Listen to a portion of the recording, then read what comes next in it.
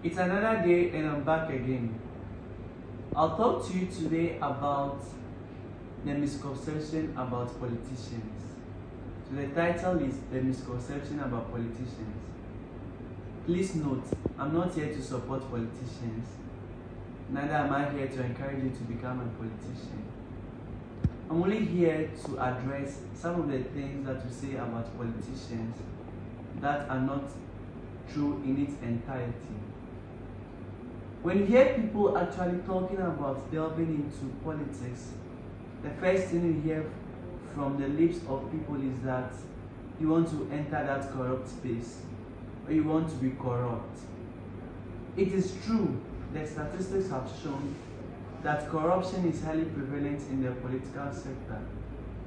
However, what is not true is that every politician is corrupt. There are good politicians out there. The funny thing that I think people do not realize is that in almost all spaces, there are corrupt people everywhere. I would play the devil advocate and say that even in the churches, there are corrupt people. In schools, there are corrupt people. In all the industries and sectors that you find yourself in, there are corrupt people.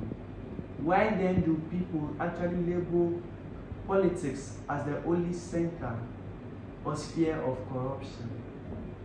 I'm here to tell you that yes, like I said earlier on, it's true that corruption is highly prevalent in society, in the political sphere.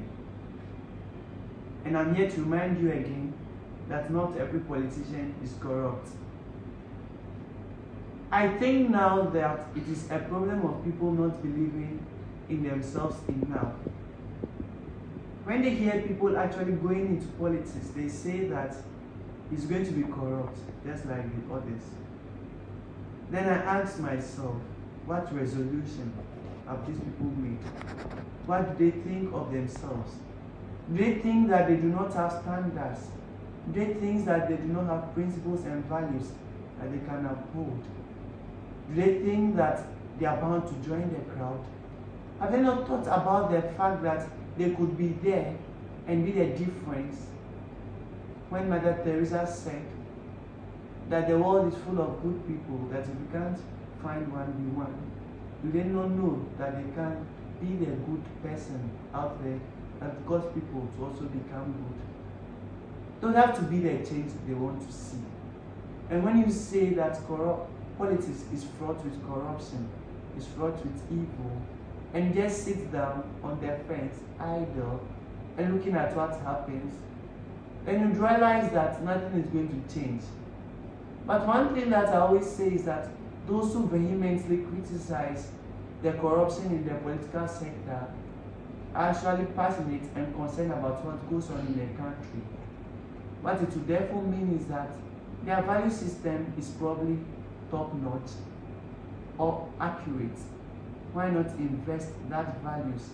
Why not invest those principles that you very much uphold and send them into the political space?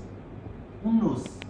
You and your friend and your friend's friend and your circle might go into that space and actually change it. Sometimes I feel sad when I hear my friends tell me anytime I post something political on my status that, man of God, why do you want to enter into politics? Because they see that I take God seriously. Then I don't know if I should be moved to pity because they're actually concerned about me, or I don't know if I should be touched by their concern, or if I should be touched by their ignorance. How about the fact that we actually need many men of God in politics? How about the fact that we need good people to change the bad? Some of my friends, when we go for gospel programs and we see some politicians there, some of my friends say that the politicians are just there for agenda. I think in Ghana, for instance, the politicians we see mostly at our gospel programs, we see Sam George, we see Kojo Pongkuma. But when I see them, I'm always happy to see them because I can now say that these people are actually rooted in God. These people actually take God seriously and want something to become, something good to come out of them. Let's assume that they are just there for the sake of agenda. Let's assume they are just there to win the heart of the people. The thing about the Christian spaces, the thing about fellowship is that you might go there with the intention of not getting blessed. You might get there to live with the intention of not getting any impartation. But by virtue of the fact that you are present in that room, you might live there with a blessing. You might live there with an impartation. So why not encourage them, even if their motive is an ulterior motive and not what people actually seek in the house of God? Why not encourage them? They might leave and something will drop on their spirit and they might change their ways. Look at Paul on his way to Damascus, nearly going to persecute Jesus. See what became of them.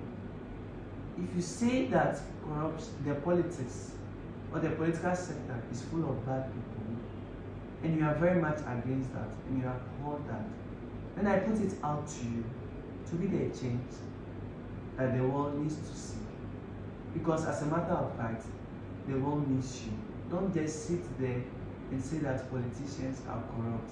What surprises me is that anytime a political rally is being held, everyone that claims that politicians are corrupt, they all troop in to the political crowd. What do you go to do there if you criticize the politicians? Please, we can make a difference. And if you are good people, let the world see the good that is inside of us. Thank you.